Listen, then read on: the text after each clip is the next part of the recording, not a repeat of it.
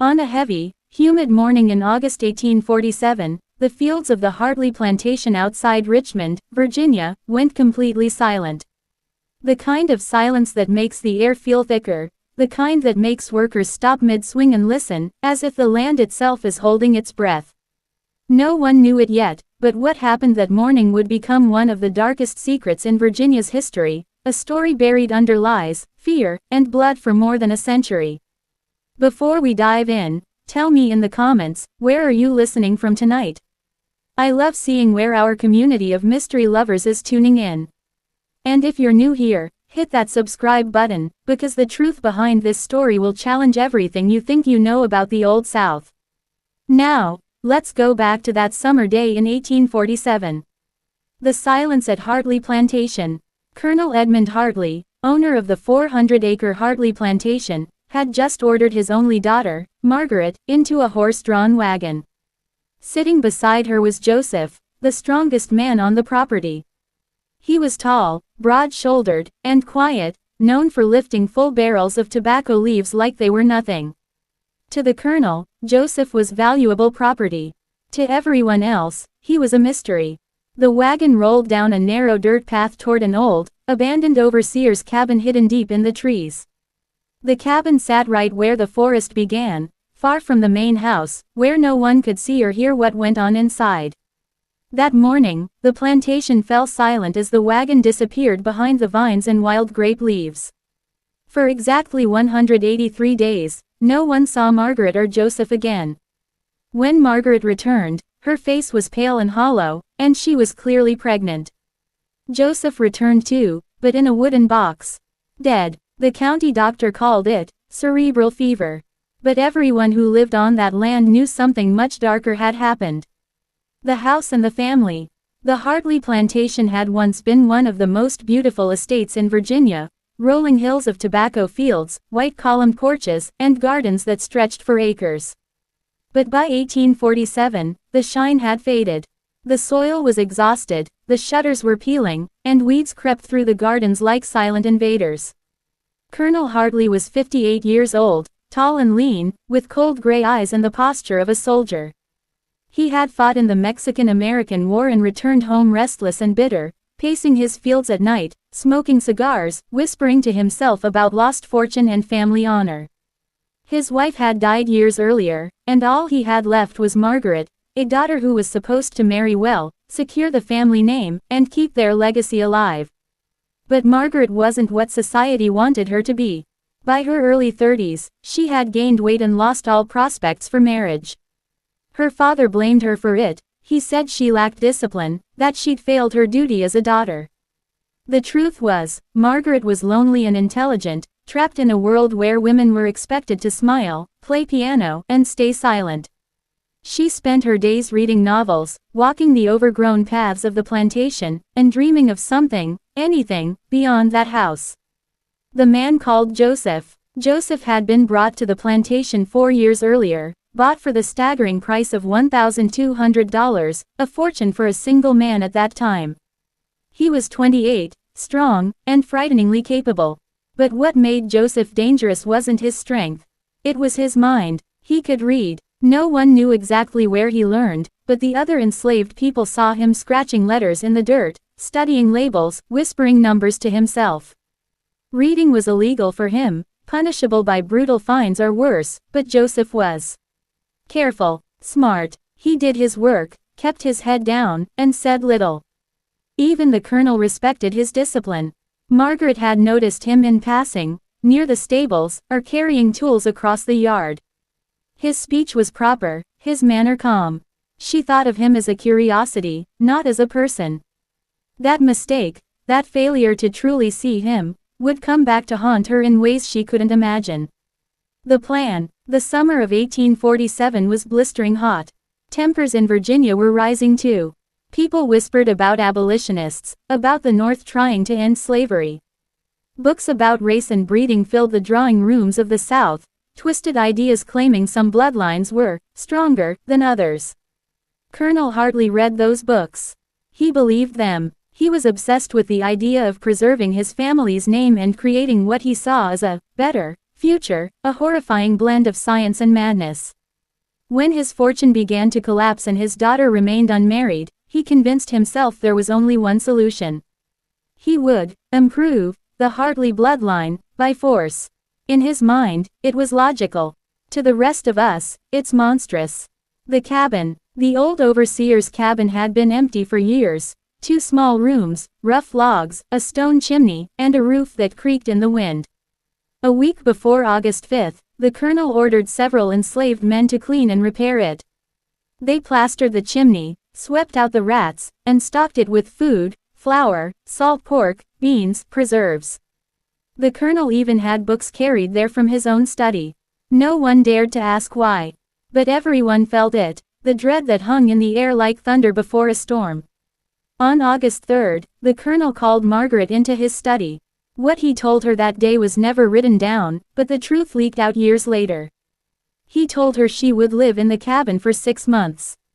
She would live there with Joseph. And when she returned, she would be carrying his child. The colonel's goal was to breed strength and purity together, to create a child that looked white but carried what he believed were the physical advantages of Joseph's lineage. To him, it was an experiment. To Margaret and Joseph, it was a nightmare. 2 days later, on August 5, the wagon left the main house. Margaret sat silently beside Joseph, staring straight ahead as the wheels rolled toward the woods. The air was so thick with heat that day, even the cicadas had gone quiet. No one said a word. No one dared to stop them. For the next 6 months, no one saw them. But the servants whispered. They said at night, strange lights glowed from inside the cabin. That sometimes, you could hear crying, not human crying, from deep in the woods. When Margaret returned, she was no longer the same woman. And Joseph was gone. What really happened in that cabin? And what secret did the letters found decades later reveal? We'll uncover that in part 2 of the Hartley Curse. If you're still here, hit like, subscribe, and drop a comment with your city, because trust me, this story only gets darker from here. Would you like me to continue with part 2, 1000 words, same tone and YouTube style, simple, creepy, suspenseful narration? I can also add voice pacing cues and scene directions for voiceover plus visuals if you're planning to turn this into a video script. The Hartley Curse, Part 2, The Poison in the Walls. Hook. Cold open. When the wagon vanished into the trees that August afternoon, the world outside the Hartley plantation went on as usual. But inside that cabin at the edge of the woods, something was beginning. Not love, not even hate, something stranger, something the colonel could never control. For the next 6 months, 2 people, one a daughter born into privilege, the other a man born into chains, would be locked in a cruel experiment. And before the leaves turned brown, one of them would be dead. If you're new here, hit subscribe, because this story is about to twist into something much darker than anyone at Hartley Plantation ever imagined. Now let's return to 1847. The Colonel's experiment. Colonel Edmund Hartley believed in bloodlines. He believed he could fix his family name through breeding, like a farmer breeding animals. His plan: force his daughter, Margaret, to live with Joseph, an enslaved man he owned, inside the old overseer's cabin. For 6 months. To the colonel, this wasn't madness, it was science. He believed the child that might come from this would be stronger, better, purer. To modern ears, it sounds insane. But in 1847, among Southern aristocrats, twisted ideas like this whispered through parlors and plantation halls like poison gas. He told Margaret the rules in his usual, military tone. She would live in one room, Joseph in the other. They could not leave the cabin or the surrounding woods. Food would be dropped off every Sunday morning. The colonel himself would visit twice a week. No one else was allowed near. The secret promise. But the colonel had made another promise, one only Joseph knew. The night before he locked them away, he told Joseph quietly, "If you do what I ask, if my daughter bears a child, you will be a free man. I'll even pay for your passage to Liberia." It was a cruel kind of hope. The only kind a man like Joseph had ever been offered. Freedom, for a price. So when the colonel slammed that cabin door shut on August 5, 1847, Joseph stood still, staring at the ground. His hands gripped the rough wood so tightly the frame creaked under his fingers. Margaret stood in the main room with her traveling trunk beside her, too shocked to speak. The air between them felt heavy, alive with something neither could name: fear, shame, confusion, maybe all three. Finally, she said quietly, "There are 2 rooms. You should take the one in back." Joseph nodded once, then disappeared through the door. The sound of it closing echoed through the cabin like a coffin lid. The days of silence. That first night, Margaret didn't cry. She'd been raised to believe tears were weakness. Instead, she lit a lamp, opened a novel by Sir Walter Scott, and read until her mind drifted somewhere else. In the back room, Joseph lay on a thin cornhusk mattress, staring at the beams above him. He thought about freedom, and what it might cost. Outside, the Virginia forest buzzed and breathed. Cicadas screamed. An owl called once, twice, then fell silent. The walls of that little cabin seemed to hold its breath, listening. The days that followed became a strange pattern. Each morning, Margaret cooked breakfast: cornbread, salt pork, bitter coffee with chicory. She'd call Joseph in. He'd eat quickly, silently, then go outside to chop wood or tend the small garden behind the cabin. Afternoons were separate. She read, sewed, or sat by the window. He worked or repaired the fence. Evenings, when the air finally cooled, they'd both sit on the porch. Not together, exactly, just near each other. Watching the woods, listening, and slowly, something began to shift. The conversations. It started with small talk: when to fetch water, when the fence needed fixing. Then, little by little, their words stretched further. Margaret learned that Joseph could read. He spoke carefully, but when she quoted lines from the books her father had brought, he recognized them. Sometimes he even finished her sentences. He'd read more than she expected: poetry, philosophy, old newspapers. Things he was never supposed to touch. And Joseph discovered that Margaret's mind was sharper than her father ever allowed her to show. She was quick, curious, and starved for conversation. One afternoon she found an old chess set in a trunk. They started playing in silence, but soon, quiet laughter and discussion filled the little room. They weren't friends. They weren't equals. Society wouldn't allow that. But they had begun to see each other, not as master or property, but as 2 people trapped in different cages. The colonel's visits. By late September, Margaret was still not pregnant. The colonel's visits grew colder. He arrived in his dusty carriage, stomped across the porch, and demanded progress reports. He questioned Margaret about her health, about her body, about her duty. He brought her tonics and herbs, quoting from medical books filled with bad science and worse morality. He told Joseph little, just reminders of his agreement, and what would happen if he broke it. The tension inside that cabin thickened until it was almost visible in the air. But something far more dangerous than the colonel's obsession was already growing inside those walls. The poison in the wallpaper. One humid evening, Margaret noticed the wallpaper in the main room: dark green leaves curling against a pale background. The pattern was old, faded, and spotted with water stains. But beautiful, in a lonely way. That night, she read from one of her father's books, a medical compendium about household poisons. And there, she found a passage that made her blood run cold. The shade of green used in wallpaper during the 1830s and 1840s was called Scheele's green. It was made using copper arsenite. Arsenic. The book explained how, in humid weather, the chemical could break down, releasing invisible dust into the air. How people who lived surrounded by it could become sick, slowly, quietly, with symptoms that mimicked fever or cholera. Headaches, vomiting, confusion, paralysis, death. She read the passage again, then a third time, because the cabin's wallpaper, the same green leaves she'd been staring at for weeks, was exactly that shade. And the air around her was always damp, thick with Virginia humidity. Margaret set the book down slowly, her heart pounding.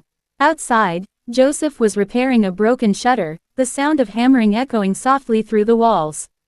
She looked up at the wallpaper, then at the lamp flame flickering near it, casting green shadows on the floor. For the first time since stepping into that cabin, Margaret Hartley realized, the danger wasn't just her father's plan.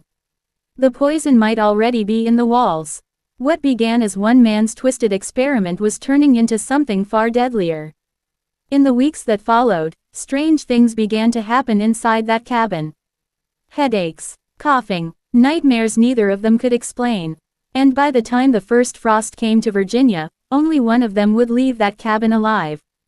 Stay tuned for part 3 of the Hartley Curse, and don't forget to like, subscribe, and comment where you're watching from. Because the story buried beneath the Hartley plantation is just beginning to rise from the dirt. Would you like me to write part 3, 1000 words, next, continuing in the same cinematic YouTube narration format, with rising horror and emotional depth? I can also include scene cues for voiceover and visuals, for example, soft eerie music, or slow zoom on wallpaper, if you plan to produce this as a full video script. Part 3: The Poison in the Wallpaper. Hook. What would you do if you discovered the only way to survive was to poison yourself? That's exactly what Margaret Hartley realized one cold September night in 1847. And once she understood the danger surrounding her, there was no turning back. That evening, by the soft glow of a flickering oil lamp, Margaret sat alone in her room reading a small, worn medical book she had found in her father's study. Her finger stopped at a passage that chilled her blood. Arsenic poisoning may cause nausea, vomiting, diarrhea, muscle cramps, and in long cases, numbness, confusion, or death from organ failure. Its symptoms often resemble natural diseases such as fever or cholera. She read the lines again. Then again. 3 times in total. Outside, Joseph was repairing a broken shutter, his hammer echoing softly through the night. Margaret closed the book, her thoughts racing. She looked at the wall beside her bed, at the seam where 2 strips of faded wallpaper met. She ran her fingertip along the edge and felt the roughness where moisture had loosened the paste. When she pulled her hand back, her finger was coated with a faint greenish dust. At that moment, something clicked in her mind. A dangerous, desperate calculation began to take shape. Margaret had recently learned too much about her father's secret plans that involved both her and Joseph, the enslaved man who had long been forced to serve the Hartley household. She now understood the truth. They were both pawns in her father's twisted scheme. And when their usefulness ended, neither of them would be allowed to live freely.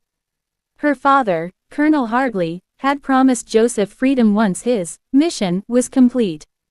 But Margaret had studied Virginia's laws. In 1847, manumission, the freeing of an enslaved person, was almost impossible without government approval. Even free black men in the South were at constant risk of being kidnapped and sold again. The colonel's promise was a lie. As for Margaret, her fate would be even crueler. Her father's plan involved her bearing a mixed-race child, a scandal that could destroy the Hartley name. She knew he'd never let her live openly afterward. At best, she would be hidden away in a distant asylum, declared unwell. At worst, something far darker. During the first week of October, Margaret began to feel ill.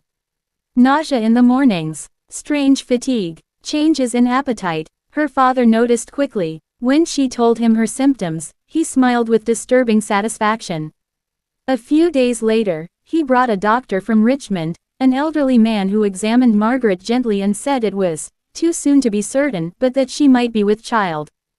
The colonel's face lit up like a man who had just won a war. He began to treat Margaret with new affection, bringing her sweets and expensive tea, telling her to rest and protect the child.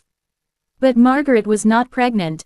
She knew it with absolute certainty, because she had made sure of it. The sickness came from something else entirely. From the tiny pinches of greenish dust she scraped each night from the wallpaper and stirred into her evening tea. Arsenic. She was slowly poisoning herself, just enough to produce symptoms that would fool her father and buy her time. Her plan was still forming, but one thing was clear: she needed Joseph. He was the only person who understood the colonel's cruelty, the only one she could trust with the truth. Their secret conversations grew longer each night. Joseph told her about the colonel's promise of freedom and how he knew it was false. Margaret shared her fear that she would be locked away once the pregnancy was over. Together, they began to weave a plan that might save them both. It was bold, dangerous, and it had to be perfect. Margaret would fake her pregnancy. She would pad her dresses, move more slowly, and pretend her belly was growing. Meanwhile, Joseph would begin to act sick, very sick. The goal was to make the Colonel believe Joseph was dying, while Margaret was preparing to give birth. When the baby came, it would be real, but not hers. There were women on the plantation who were pregnant or had recently given birth. One of their infants could be taken, perhaps by bribe, perhaps by threat, and presented as Margaret's own. At the same time, Joseph's death would be staged. A body would be buried, and the Colonel would never know that Joseph had slipped away, alive, heading north with false papers. It was a terrifying deception, built on lies within lies. But deception was something they had both been forced to master all their lives. As autumn deepened, their performances became more convincing. Margaret sewed new dresses that made her belly appear larger. She touched it tenderly when her father was near, sighing about the baby's movement. The Colonel's pride and relief grew by the day. He brought gifts, a silver rattle, a cradle that had once been his own, tiny embroidered shoes from Richmond. Margaret smiled through gritted teeth, each gift twisting her stomach with dread. Joseph began to show signs of illness too. At first, it was small things, complaints of headaches, dizziness, loss of appetite. Then came the coughing fits, the trembling hands, the weight loss. By December, even the Colonel noticed. He summoned the same doctor who had seen Margaret. The physician examined Joseph briefly and said it was likely pneumonia, perhaps consumption. Keep him warm, the doctor advised. Feed him well, he's valuable property. Neither the doctor nor the Colonel knew the truth. Joseph's sickness wasn't entirely an act. Like Margaret, he had been scraping the poisonous dust from the wallpaper and taking it in small doses. This was not Margaret's idea. She confronted him one night after spotting the green powder under his fingernails. "You're poisoning yourself," she whispered. Joseph looked up at her, calm but pale. "I'm making sure we both survive," he said. "By dying." She stared at him in shock. "If I vanish, he'll chase me," Joseph continued. "If I die, he'll stop looking. He'll think it's over. He'll forget me." Margaret's voice trembled. "But you could really die, Joseph." "I might," he said softly. "But if I don't do this, I'll never be free. This way, at least, I have a chance." Margaret said nothing. There were no words strong enough for the mix of horror and respect she felt. She realized that Joseph understood something she hadn't. Freedom, even the faintest hope of it, was worth dying for. Outside, the wind howled through the bare trees. Inside, two desperate souls sat in the dim light, bound by a secret that would soon demand a terrible price. End of Part 3, The Poison in the Wallpaper. Right finger subscribe for Part 4 where the deception grows darker, and death itself becomes part of the escape plan. Would you like me to write Part 4 in the same simple, YouTube narration style 1000 words, historic horror tone? Part 4 The Dying Game. Hook. By Christmas of 1847, the Hartley plantation was quieter than ever. But beneath the silence, death was being rehearsed, planned, practiced, and perfected. Margaret Hartley and Joseph were no longer just victims of the Colonel's scheme. They were becoming its architects. And death was their only disguise. The winter came early that year. Frost coated the windows like lace, and every breath turned white in the air. Margaret's father, Colonel Hartley, kept to the main house, wrapped in his pride and delusion. He believed that soon, he would have both his grandchild and his legacy secured. He visited Margaret often now, smiling, humming, bringing small gifts from Richmond. But beneath the polished surface of his affection, his cruelty simmered like a hidden fire. Margaret had learned to play her part perfectly. Her dresses were sewn to show the steady growth of her belly. She walked more slowly, leaned on chairs for balance, and accepted every word of her father's false tenderness with quiet nods. Each visit was a performance. Each smile, a lie. Only when he was gone did she let her mask drop. Then her hands would shake, her eyes would burn, and she'd whisper the same question to herself again and again.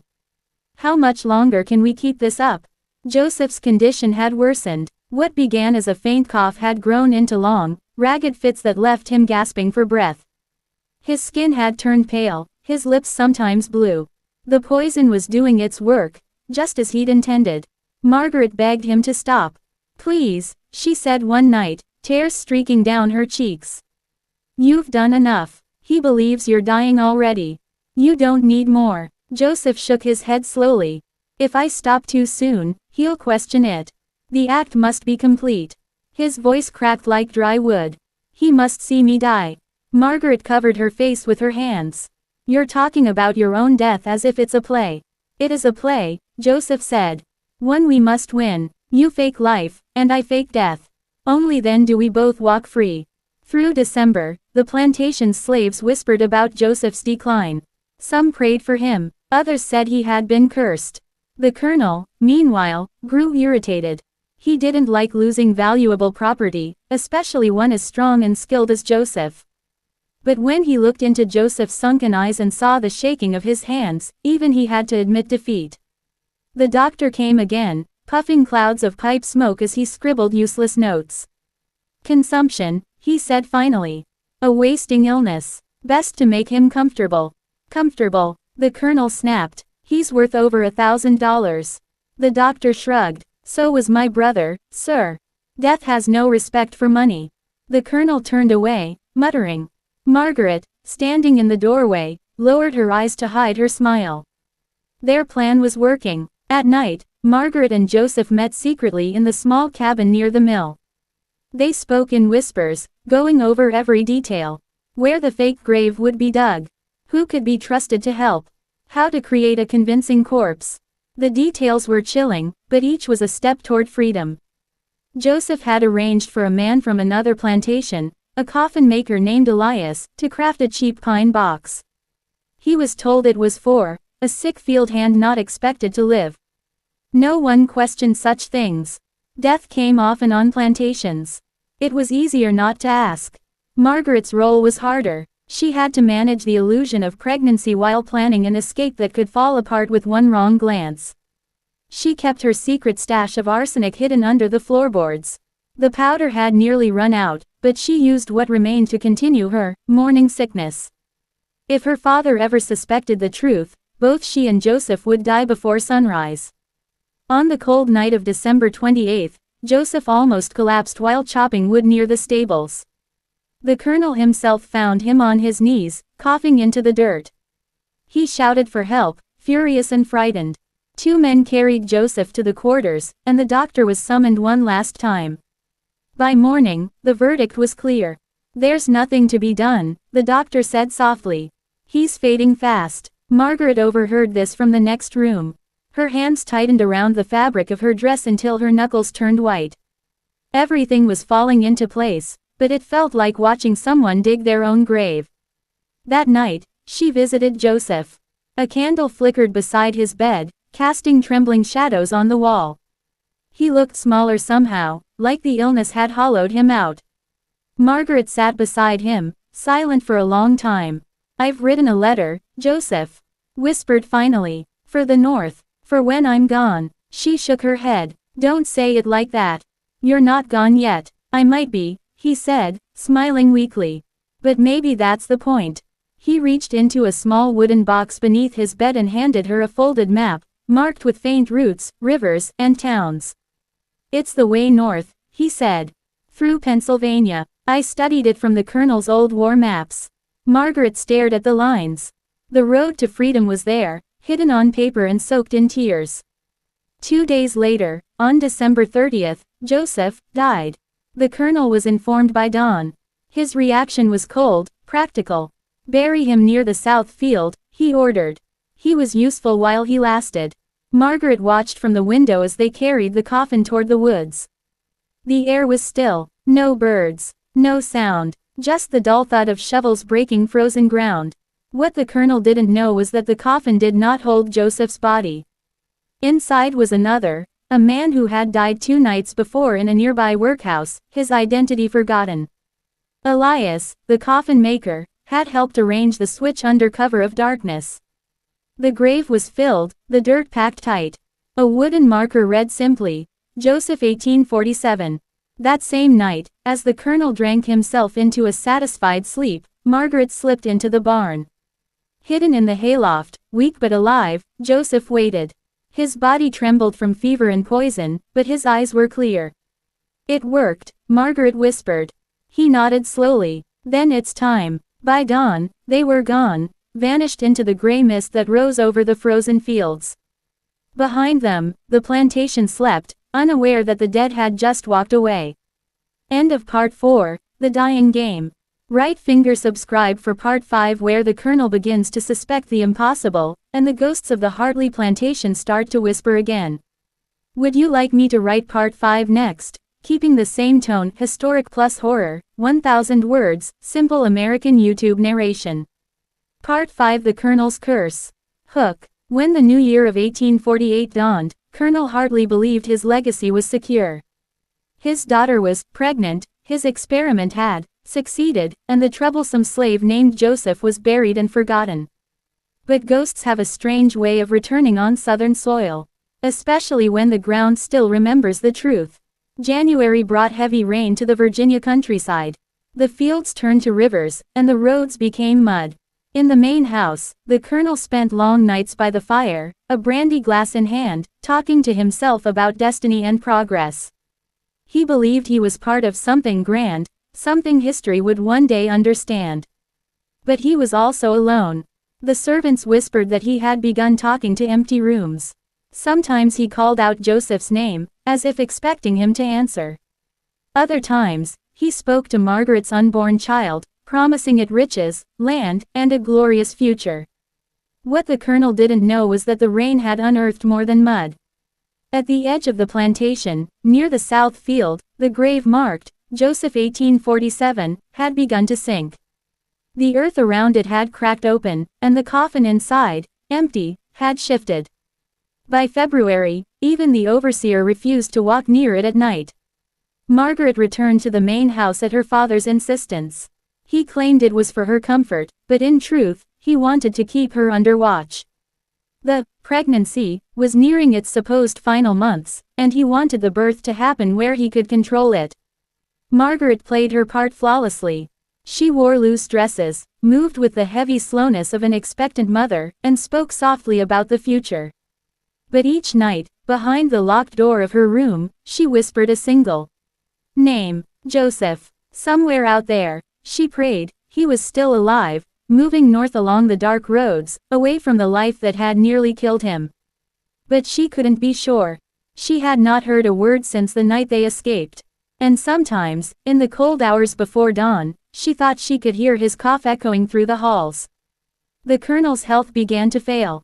At first, it was small things, forgetfulness, sudden shivering, the smell of metal on his breath.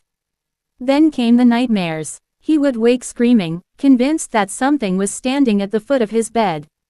Something wet, something whispering. Servants said they found muddy footprints in the hallway leading from the front door to the colonel's study, prints too large to be his, and too fresh to be from anyone living.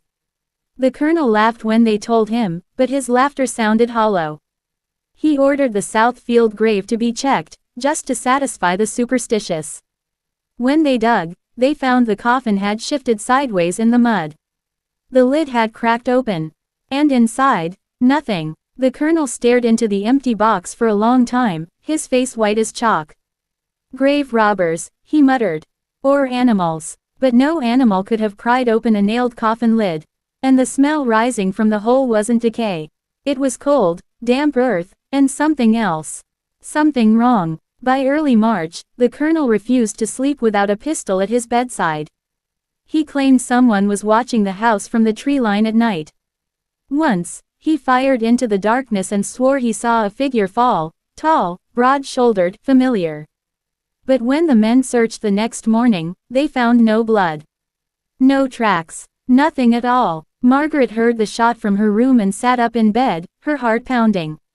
For the first time in weeks, she felt something close to hope. If her father was seeing Joseph's ghost, perhaps guilt was finally rotting him from the inside. But the hope didn't last.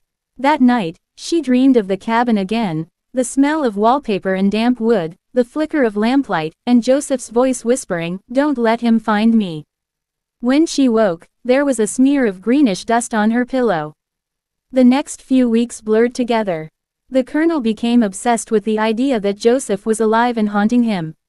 He interrogated the slaves, searched the barns, and even had the river dragged for bodies. His eyes sank deep into his skull, and his once proud posture collapsed into a hunch. He looked like a man aged 20 years in a month. Margaret played the dutiful daughter, but inside, she was unraveling too. The act was almost over, she couldn't fake the pregnancy much longer. She needed a child, and in late March, opportunity arrived in the most terrible way. A young house servant, barely 16, died giving birth. The baby, a boy, survived. Margaret wept when she heard. Not only for the girl, but for what she knew she had to do next. That night, she went to the nursery. The midwife had fallen asleep in her chair. The baby stirred in the cradle, crying softly. Margaret lifted him into her arms and whispered, "Forgive me." By morning, the entire plantation believed she had given birth. The colonel was overjoyed. He paraded the infant through the house, declaring it proof of progress. Margaret smiled through tears she could not explain. For her, the child was both salvation and sin. Then the nightmares returned, worse than before. The colonel swore the baby cried in two voices, one high and one low. He claimed to smell arsenic in the nursery. He said he saw a man standing by the cradle, a man with gray skin and hollow eyes. A man whispering, "You promised me freedom." On April 5, 1848, the servants found the colonel dead in his study. The door was locked from the inside. His pistol lay beside him, one bullet fired. His face was twisted in terror. And written on the wall, scrawled in something that looked like mud, were 3 words. "I kept my promise." After his death, the plantation fell silent. No one ever found proof of Joseph's survival, or his body. Margaret left Virginia soon after, taking the baby with her. Some said she went north. Others swore she was seen years later, wandering the woods near the old cabin, calling a man's name. The cabin itself still stood for decades. Locals said at night, when the moon was low, the green wallpaper shimmered faintly, like it was breathing. And if you pressed your ear to the wall, you could hear a heartbeat. Faint, slow, patient. Waiting. End of Part 5, The Colonel's Curse. Right finger subscribe for Part 6, The House of Green Walls, where the truth of what haunts the Hartley land begins to surface. Would you like me to continue with Part 6, 1000 words, same eerie tone and cinematic narration? It will follow what happens to Margaret and the baby after the Colonel's death. Part 6, The House of Green Walls. Hook. After Colonel Hartley's death, the plantation fell into silence. The servants fled. The fields turned wild. And yet, some nights, people swore they saw a faint light still burning in the upstairs window of the old house. As if someone, or something, refused to leave. In the spring of 1849, nearly a year after her father's death, Margaret Hartley returned to the plantation. The house stood crooked, like a dying thing leaning on its last bones. Moss had swallowed the porch. Ivy crawled up the walls, twisting through the shutters. But the moment Margaret stepped onto the front steps, she heard it. The faint echo of her father's voice. "Legacy, Margaret, we must preserve our legacy." She almost turned back. Almost. But the baby in her arms, now a quiet, watchful boy with gray-green eyes, gripped her finger tightly. And she whispered, "It's all right, Samuel. Mama's here now." She had named him Samuel Joseph Hartley, though she never told anyone why. To the world, he was a Hartley heir. But in her heart, she knew the truth. The child belonged to 2 ghosts, one living, one dead. Margaret tried to make the house livable again. She dismissed the local men who offered to help, fearing their questions. Instead, she worked alone, sweeping dust, relighting fires, patching the roof. Each room whispered memories. Her father's study, still smelling of gunpowder, the nursery, filled with cobwebs and faint cries that weren't her son's. By June, she had settled into a strange routine. Morning, she worked. Evening, she read to Samuel. Night, She listened, because every night, without fail, came the same sound. A slow dragging, somewhere below the floorboards. As if someone were pulling something heavy across the cellar. At first, she thought it was rats. Then she realized the sound stopped whenever she stepped into the hall. And started again when she went back to bed. The wallpaper in the upstairs hallway, the same green paper her father had once imported from London, had changed color. It shimmered faintly in moonlight, almost liquid. Sometimes it looked wet, as if bleeding through from the other side. And sometimes, when Samuel crawled near it, he'd press his tiny hand to the wall and giggle. Like someone was playing with him from the other side. Margaret told herself she was imagining it. That the isolation, the grief, and the guilt were twisting her mind. But deep down, she knew something else had taken root in that house. Something that wasn't finished with the Hartley bloodline. One night in late July, a thunderstorm rolled over the valley. Rain hammered the roof, and the baby wouldn't stop crying. Margaret lit a lamp and walked the halls, whispering to calm him. When she passed the green wall, a faint shape appeared in the reflection of the flame, a man's outline. Tall, broad-shouldered, familiar. Her breath caught. "Joseph," she whispered. The flame flickered, and for a moment, she saw him. His face pale as bone, eyes hollow and sad. And in his arms, something small, something wrapped in cloth. He mouthed a single word, "Trade." Then the lamp went out. The next morning, Samuel was calm again. Smiling. Too calm, too quiet. And when Margaret kissed his forehead, she froze. His skin was cold as river stone. By August, Margaret had begun to lose her grip on time. Days blurred together. The boy grew fast, faster than he should. His speech came early, his strength uncanny. At 3 years old, he could move furniture across the room. Sometimes, when he laughed, the windows rattled. Sometimes, when he slept, his breath came in 2 rhythms, as if someone else was breathing beside him. The townsfolk whispered that the plantation was cursed. That the colonel's ghost had possessed the house. But the older ones said it wasn't the colonel they feared. It was the man buried in the south field, the one whose grave had never stayed filled. They said on moonless nights, you could see him walking the fence line. Watching the house. Waiting. In November, a traveling preacher stopped by.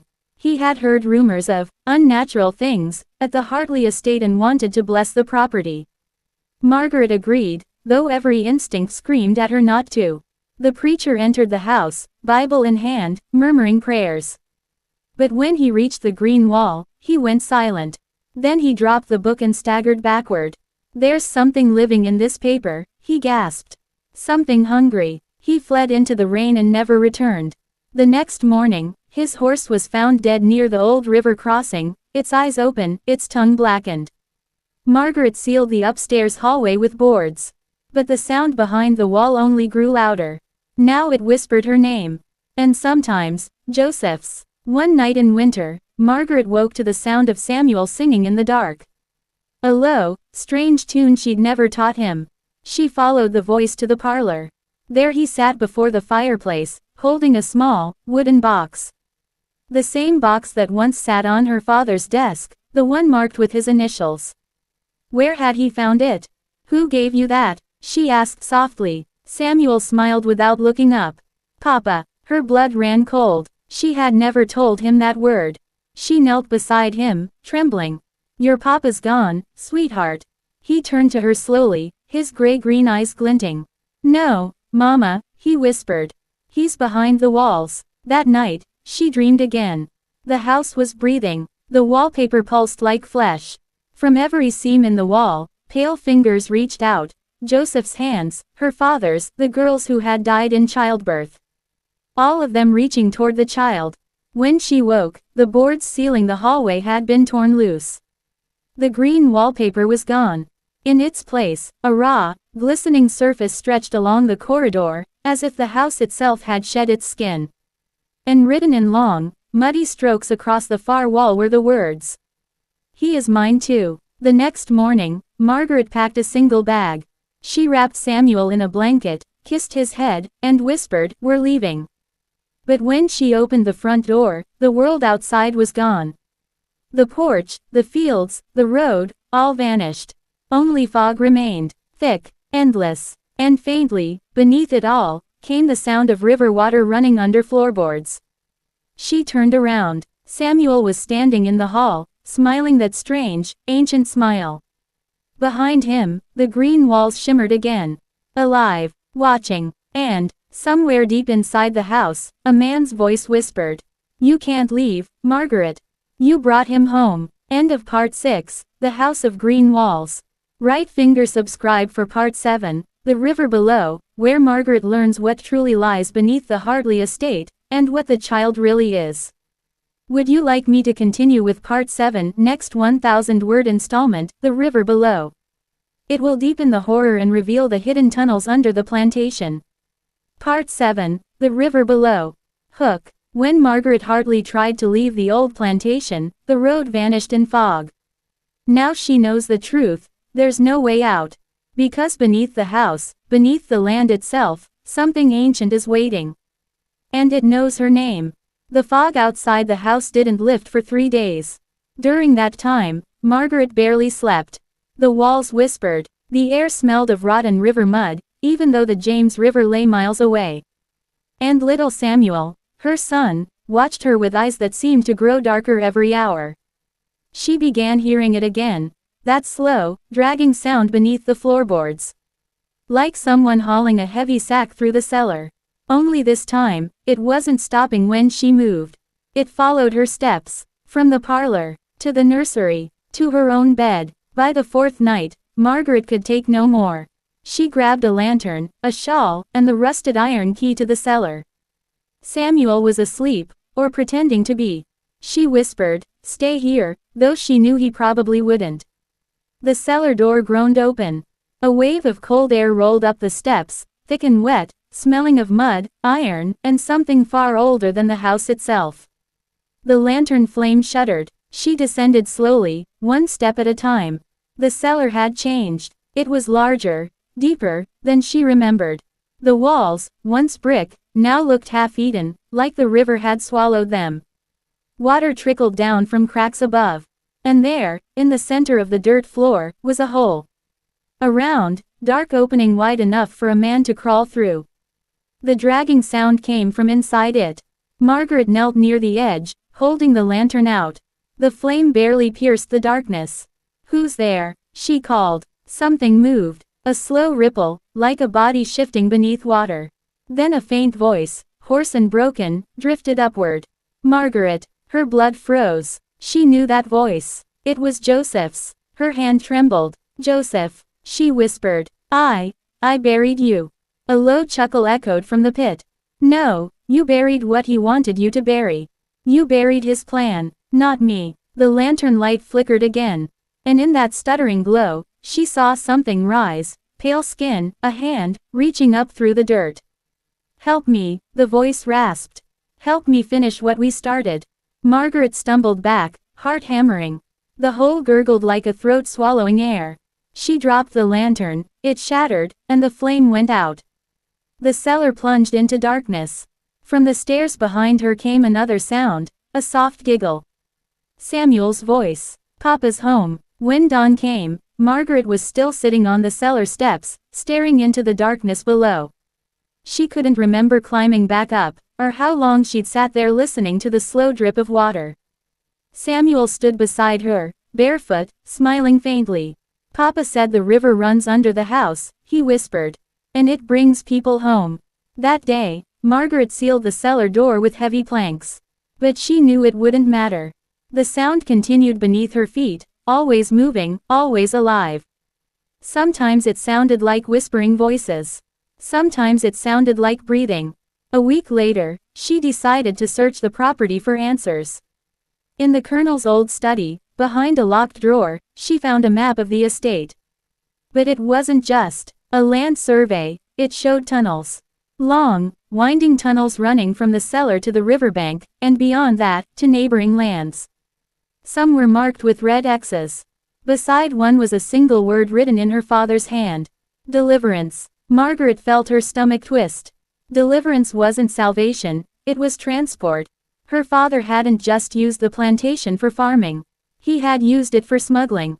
For bodies. For people. Those tunnels were part of a network that moved enslaved men and women like goods through the South.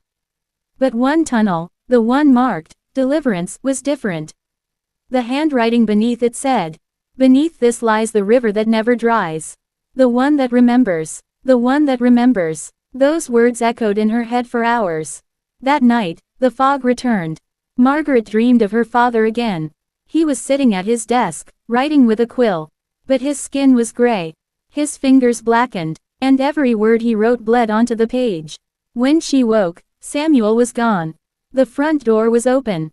She grabbed her shawl and ran barefoot into the fog, calling his name. Samuel, Samuel. She followed the faint sound of his humming. It led her down the slope behind the house, to the old family cemetery. There, beside her father's grave, a new mound of earth had been disturbed. And standing beside it was her son. "Samuel, what are you doing?" He looked up at her, smiling. "Papa says we have to open it. He says there's a river below." Margaret ran forward, grabbing his arm. But when she touched him, the ground gave way. The grave collapsed beneath them, swallowing both into darkness. She hit cold water, her lungs filled with the taste of metal and dirt. She clawed upward, breaking the surface, gasping. A faint light glimmered above, a lantern floating on the water. And then she realized, this wasn't a grave. It was one of the tunnels. The current pulled her forward, fast and relentless. She tried to grab hold of the walls, but they were slick. Samuel's laughter echoed somewhere ahead, strangely calm. "Don't fight it, Mama. It's bringing us home." After what felt like hours, the current slowed. Margaret's feet touched mud. She staggered forward, the tunnel widening until it opened into a vast, underground chamber. Lanterns, dozens of them, hung from the ceiling, flickering with green fire. And in the center, standing in waist-deep water, was Joseph. Or what used to be Joseph. His body was thin, bones visible beneath pale skin. His eyes glowed faintly, water dripped from his hair like oil. "You found it," he said softly. "The river that remembers." Margaret tried to speak, but no sound came. He raised a hand toward her. "This river carries every secret buried on this land. Every soul the Colonel used.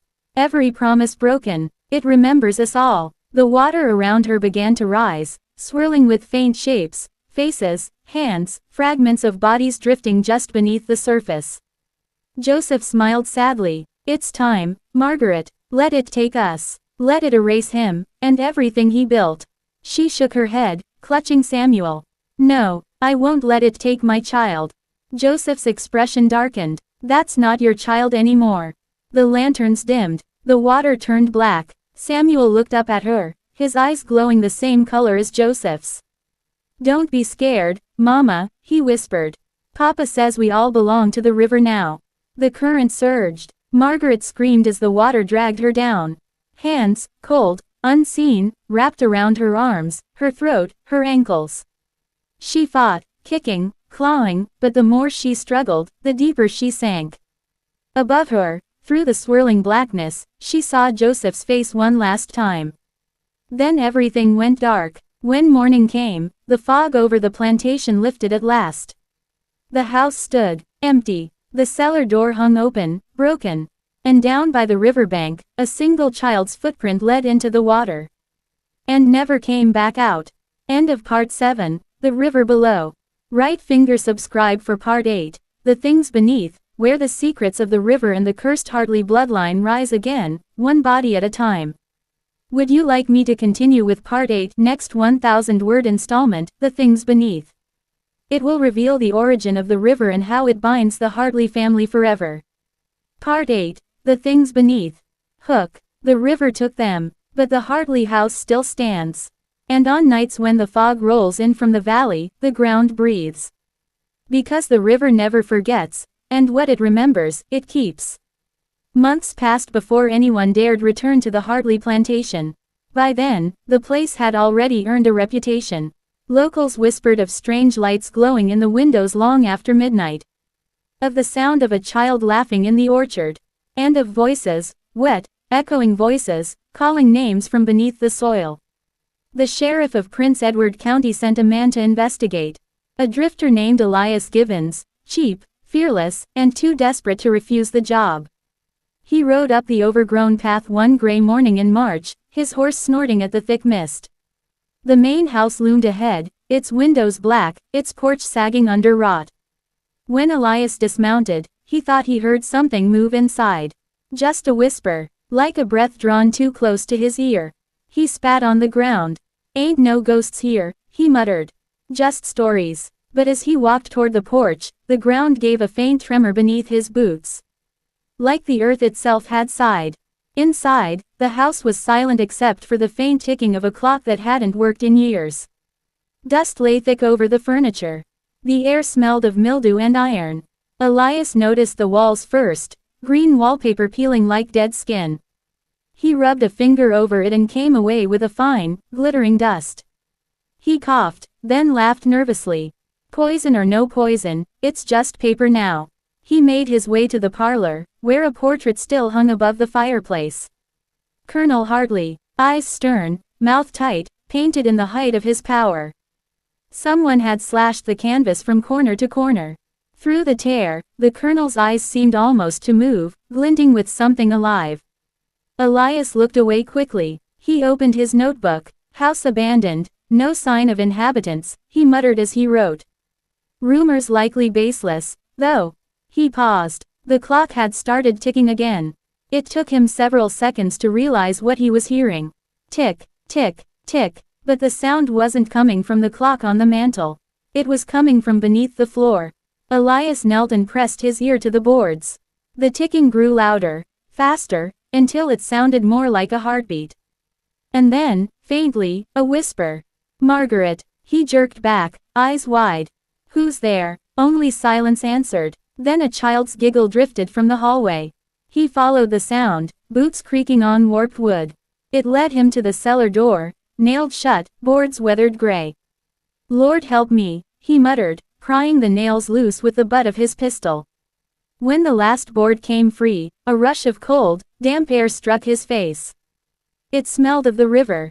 And something else. Something rotten. He lit his lantern and descended. The cellar stretched deep, farther than it should. Water dripped steadily from above. And there, in the far corner, a hole gaped in the dirt floor. The edges were smooth, almost polished, like something had crawled through repeatedly. Elias leaned closer, holding up the light. "Samuel," a voice murmured from the darkness. It was soft, lilting, and impossibly close. "Samuel, come back." Elias stumbled backward, nearly dropping the lantern. He turned and ran up the stairs. But the door at the top had vanished. He clawed at the wall where the door should be, his hands scraping against damp plaster.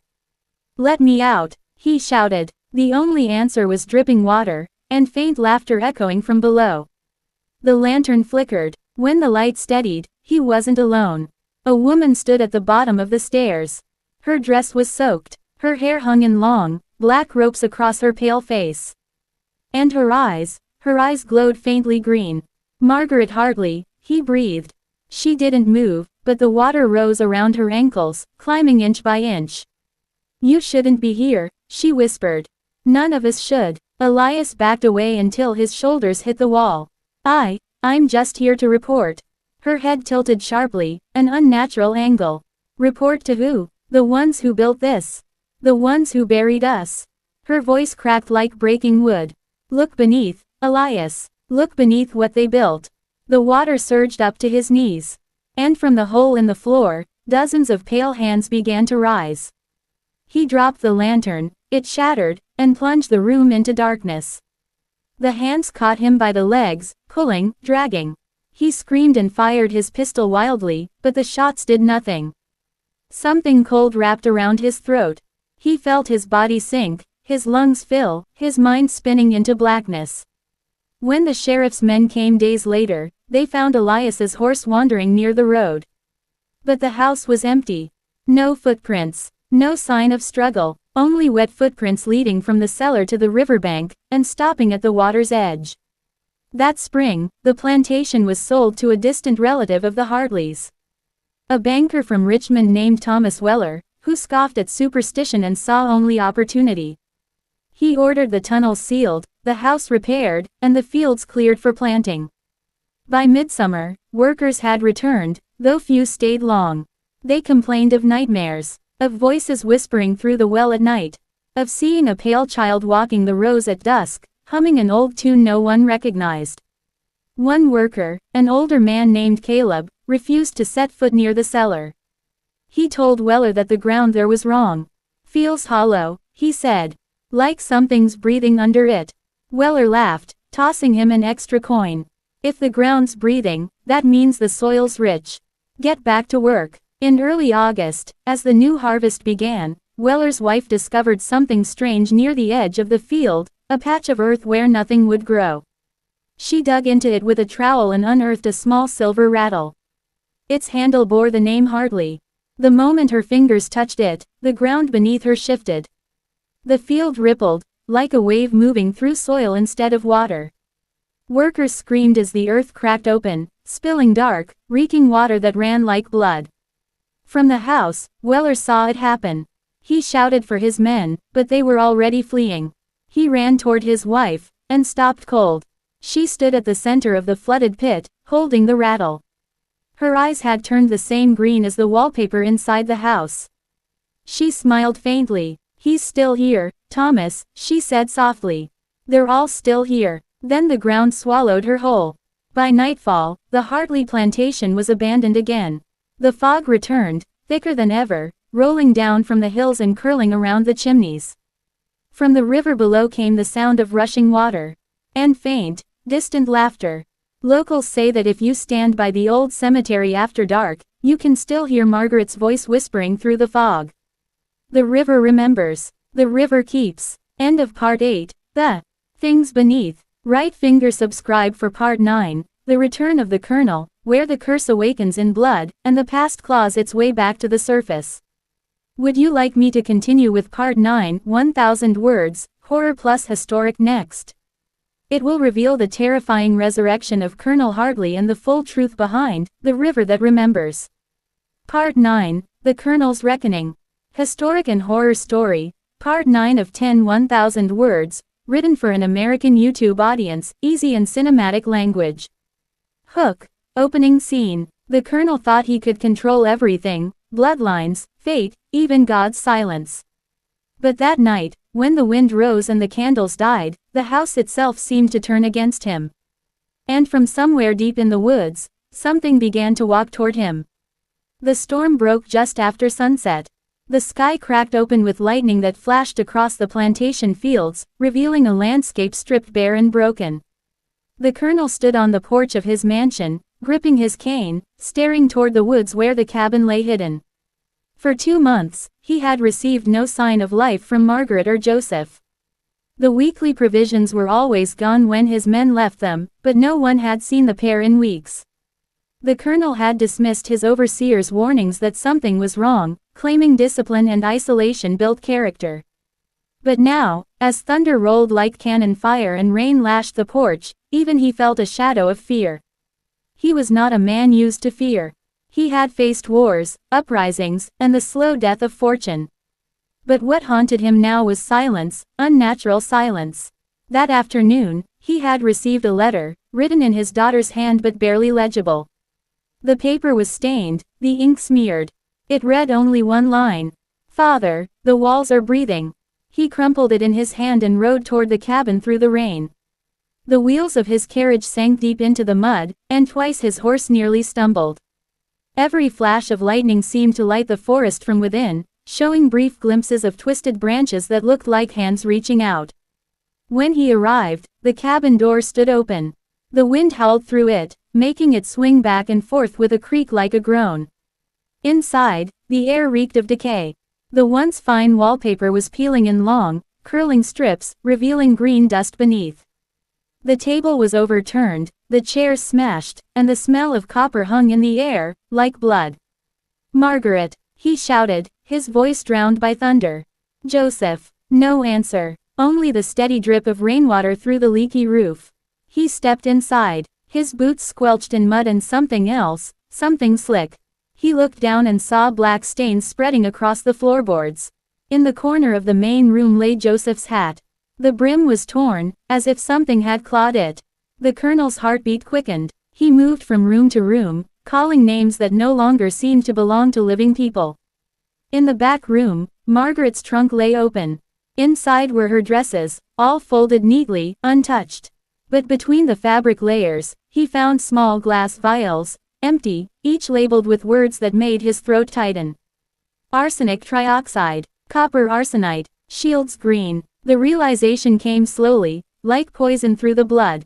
His daughter had discovered the truth about the wallpaper. She had used it. A noise broke the silence, a low thump from beneath the floorboards. The colonel froze. Another sound followed, this time a dragging noise, heavy and wet.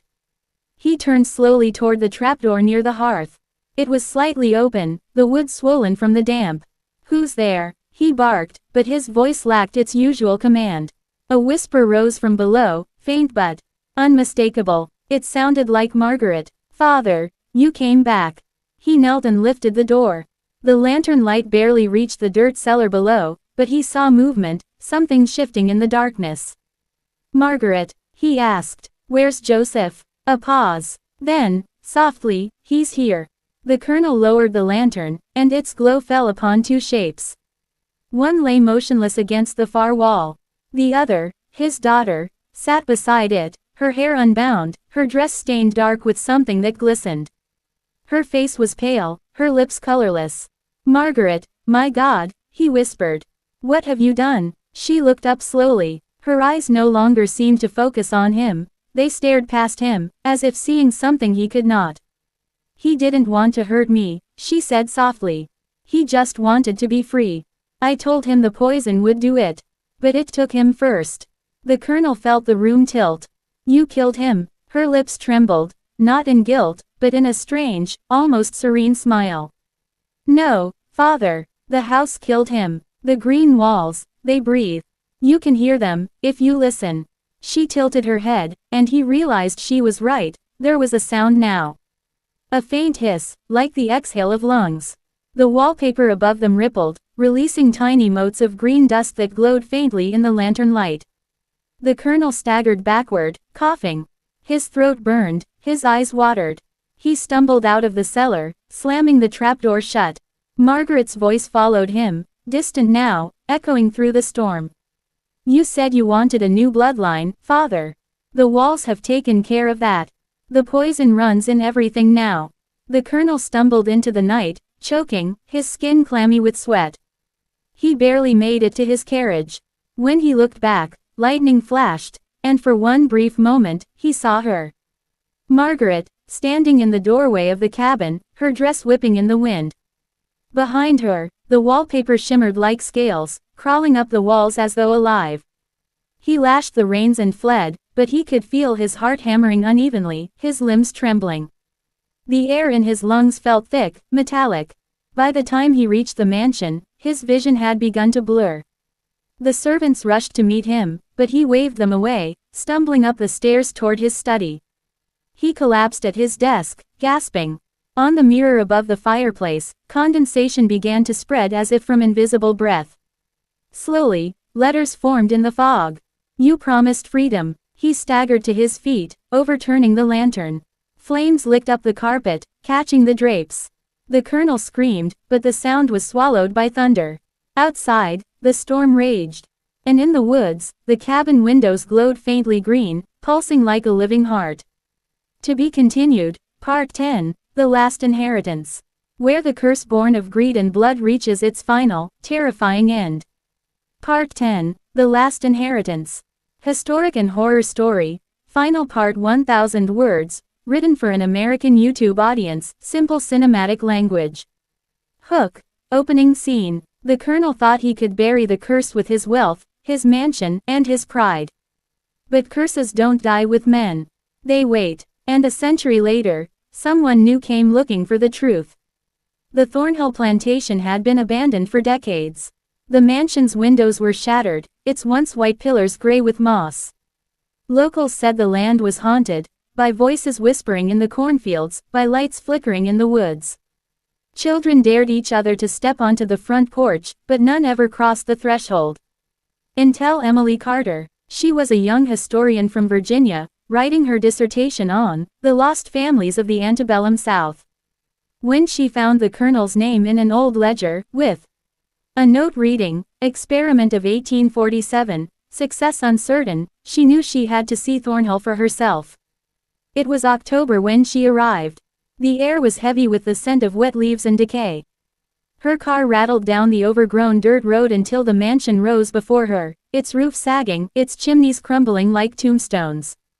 Emily set up camp inside the parlor, laying out her laptop and notes. She was no ghost hunter, she believed in facts, not folklore. But the deeper she dug into the colonel's records, the stranger they became. His journals spoke of controlled breeding to elevate the race. There were notes about his daughter Margaret, and a freedman named Joseph, and references to green toxins, and the successful isolation of the subjects. The last entry was dated October 5, 1847. They breathe even when the air stands still. That night, the air inside the mansion did not stand still. The first sign came when she opened a sealed trunk in the study. Inside were glass bottles filled with a fine green powder. When she lifted one, it cracked, releasing a faint shimmer into the air. She coughed, waving it away. But the powder clung to her skin, glittering faintly under her flashlight. She didn't notice that the wallpaper behind her had begun to move. Later, when she reviewed her photos, she froze. In the reflection of the mirror above the fireplace, the same mirror that once faced the colonel's desk, she could see a figure standing behind her. A woman in a faded 19th century dress. Margaret. The next day, Emily ventured out to the old cabin. The roof had collapsed, and vines snaked through the windows. She found remnants of furniture, fragments of green-stained wallpaper, and something else, bones. Two skeletons lay side by side in the dirt cellar, their hands almost touching. One larger, one smaller. Someone had arranged them that way long after death. As Emily examined the scene, she noticed strange patterns painted on the cellar wall, symbols drawn in a faint green residue. When she brushed the dirt away, the walls felt damp, almost alive. A whisper came from behind her. "Don't touch the walls." She spun around. No one was there. But when she looked back, new words had appeared beneath the symbols. The same handwriting as in the colonel's journals. The bloodline continues. Emily fled. That night, the storm returned, just as it had the night the colonel died. Rain battered the roof of the mansion. The lights flickered. Her laptop screen glowed in the dark, showing a single line of text she hadn't typed.